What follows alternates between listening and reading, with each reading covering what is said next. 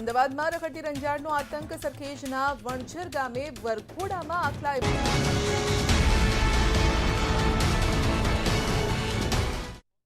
मर्यादा पुरुषोत्तम राम को समझना आपके लिए संभव ही नहीं है। और इसीलिए श्रीमद् भागवतम में जब परीक्षित भगवान सुखदेव से कृष्ण कथा पूछते हैं तो पहले भगवान सुखदेव उनको राम कथा सुनाते हैं। जब तक आप राम को नहीं समझेंगे, जब तक आप राम की मर्यादा का चश्मा नहीं लगाएंगे, आपको योगेश्वर कृष्ण समझ में आ ही नहीं सकते। जब तक आप शिव को नहीं समझेंगे, राम तक आपकी गति हो ही नहीं सकती। और उसी तारक ब्रह्म, उसी शब्द जिसका उपदेश भगवान शिव यहां पर मरने वालों के कान में कहते हैं, वो शब्द ही है राम या फिर प्रणव, ओम। इसी का नाद वो कान में कहते हैं जाकर के, और मां भवानी स्वयं पंखा करती हैं यहां पे जो मरण होता है उसका। इतनी महिमा है और इसीलिए हम ये कह रहे हैं कि अद्भुत दृश्य है, अद्वितीय दृश्य है। सच में निश्चित तौर से अजय, जैसा कि आप कह रहे हैं कि यहाँ पर मुक्ति के लिए मंत्र देते हैं भगवान शिव। यहाँ मरणम मंगलम यत्र विमूर्तिम यत्र भूषणम कौशेयम यत्र काशायम सा काशी किम सेव्यते। यहाँ पर मरना भी धन्य माना जाता है, जीवन गुजारना यहाँ पर तो अद्वितीय है ही। और सबसे बड़ी बात यह है कि भगवान शिव की ये नगरी हर तरीके से, ये धर्म, कर्म और आध्यात्म का यहाँ पर संगम है, साहित्य, कला, संगीत का यहाँ पर संगम है, सनातन संस्कृति का ये सर्व। मोक्षदायिनी गंगा में डुबकी लगाने के बाद जब भक्त काशी विश्वनाथ कॉरिडोर के जरिए काशी विश्वनाथ के दर्शन करने जाएंगे तो कॉरिडोर में घुसते ही उनका सामना पहले आदि शंकराचार्य से होगा। आदि शंकराचार्य की मूर्ति यहाँ पर स्थापित की गई है। कहा यह जाता है कि 7 साल की अवस्था में ही केरल में जन्मे आदि शंकराचार्य ने संन्यास ले लिया था। उसके बाद देश के तमाम हिस्सों में वो घूमे। दर्शन के सबसे बड़े प्रणेता वही माने जाते हैं। देश के 4 हिस्सों में, 4 दिशाओं में, उत्तर, दक्षिण, पूर्व, पश्चिम, उन्होंने मठों की स्थापना की। और आदि शंकराचार्य ने जो दर्शन हिंदुस्तान को दिया, वो हिंदुस्तान ही नहीं बल्कि पूरी दुनिया में मशहूर हुआ, प्रसिद्ध हुआ।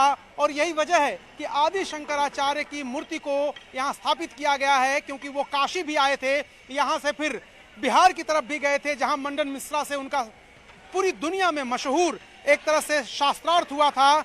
तो आदि शंकराचार्य की काशी को लेकर के भूमिका को रेखांकित करते हुए यहाँ भी उनकी मूर्ति लगाई गई है। और प्रधानमंत्री नरेंद्र मोदी इस मूर्ति का भी अनावरण 13 दिसंबर को करने वाले हैं। विदेशी आक्रांताओं ने काशी विश्वनाथ मंदिर को कई बार नुकसान पहुंचाने और तोड़ने की कोशिश की, कई बार उसका मूल स्वरूप बिगाड़ने की कोशिश की गई, लेकिन हर बार पुनर्निर्माण के जरिए काशी विश्वनाथ का वही स्वरूप बरकरार रखा गया।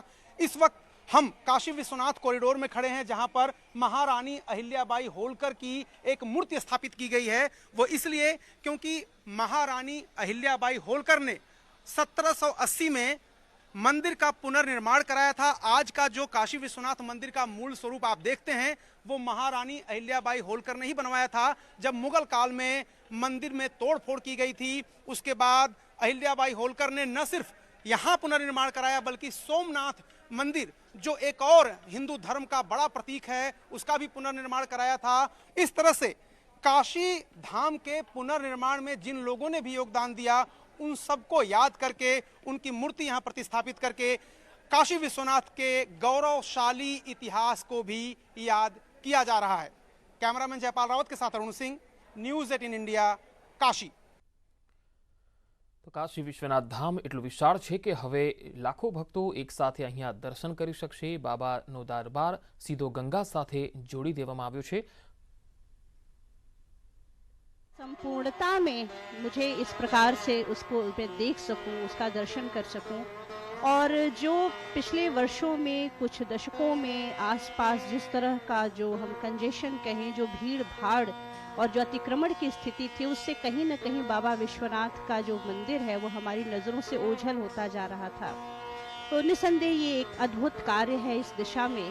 और मुझे मंदिर को देखते हुए ये भी ख्याल आया कि मैं जिक्र करूं कि मंदिर के भीतर एक कूप है जिसे ज्ञान वापी कहते हैं, और उसे विजडम ऑफ वेल, वो ज्ञान का कूप है। और एक बड़ा ही रोचक तथ्य मैंने मेरी जानकारी में आया कि जैसा कि हम जानते हैं कि बाबा के इस मंदिर को नष्ट करने के लिए समय समय पर आक्रमण हुए, और एक बार ऐसा हुआ कि जो मुख्य हमारे पुरोहित थे उन्होंने बाबा का ये जो ज्योतिर्लिंग, जो कि 7वां ज्योतिर्लिंग है 12 ज्योतिर्लिंगों में, उसे बचाने के लिए स्वयं उसके साथ मंदिर में कूद गए। और मुझे लगता है कि उसके बाद से अब तक भी बाबा का जो ज्योतिर्लिंग जो लिंग है वो उसी स्थान पर पूजित होता है। तो देख सकते हैं हम जिस तरीके से विजुअल्स में हमें दिखाई दे रहा है मंदिर का शिखर, और एक अद्भुत सी ऊर्जा का प्रवाह होता है हमारे मन मानस में जब हम उसे देखते हैं। और निश्चित तौर पे ये एक बड़ा ही विशिष्ट ऐतिहासिक क्षण है हम सभी के लिए, जिसके आज हम साक्षी बन रहे हैं। बिल्कुल सही कहा आपने। और इस वक्त शिखर से होते हुए भगवान सूर्य की किरणें उस स्वर्णमय शिखर पर जब आप अपने चक्षुओं से देख रहे हैं, दर्शन कर पा रहे हैं, तो एक ही शब्द इसके लिए इस वक्त जो मेरे मन में आ रहा है वो है आनंद। बार बार भगवान कहते हैं, स्वयं कहते हैं कि ये पूरा का पूरा जो क्षेत्र है वो आनंद कानन है, आनंद वन है। इस वन में जितने भी लिंग हैं, समस्त लिंग हैं, वो आनंद के बीजों के अंकुर हैं।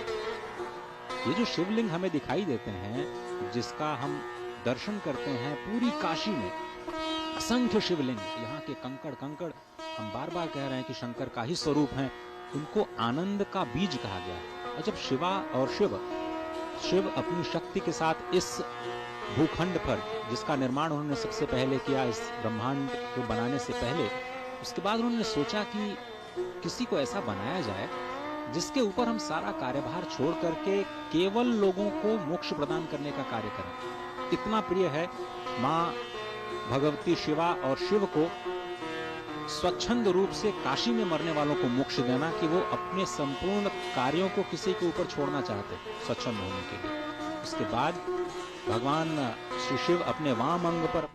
तो हाल संवाददाता मयूर माकड़िया अमदावादથી પણ જોડાયા છે, કારણ કે આજે વારાણસીમાં આપ જે લાઈવ દ્રશ્યો જોઈ રહ્યા છો એ દેશભરના શિવાલયોમાં પણ તેનું લાઈવ પ્રસારણ કરવામાં આવી રહ્યું છે। અમદાવાદમાં શું પરિસ્થિતિ, કેવી રીતે લોકો તેને નિહાળી રહ્યા છે, મયુર અમારી સાથે જોડાયા છે। મયુર, અમદાવાદમાં કયા કયા શિવાલયોમાં અત્યારે આ લાઈવ પ્રદર્શન જે છે એ બતાવવામાં આવી રહ્યું છે?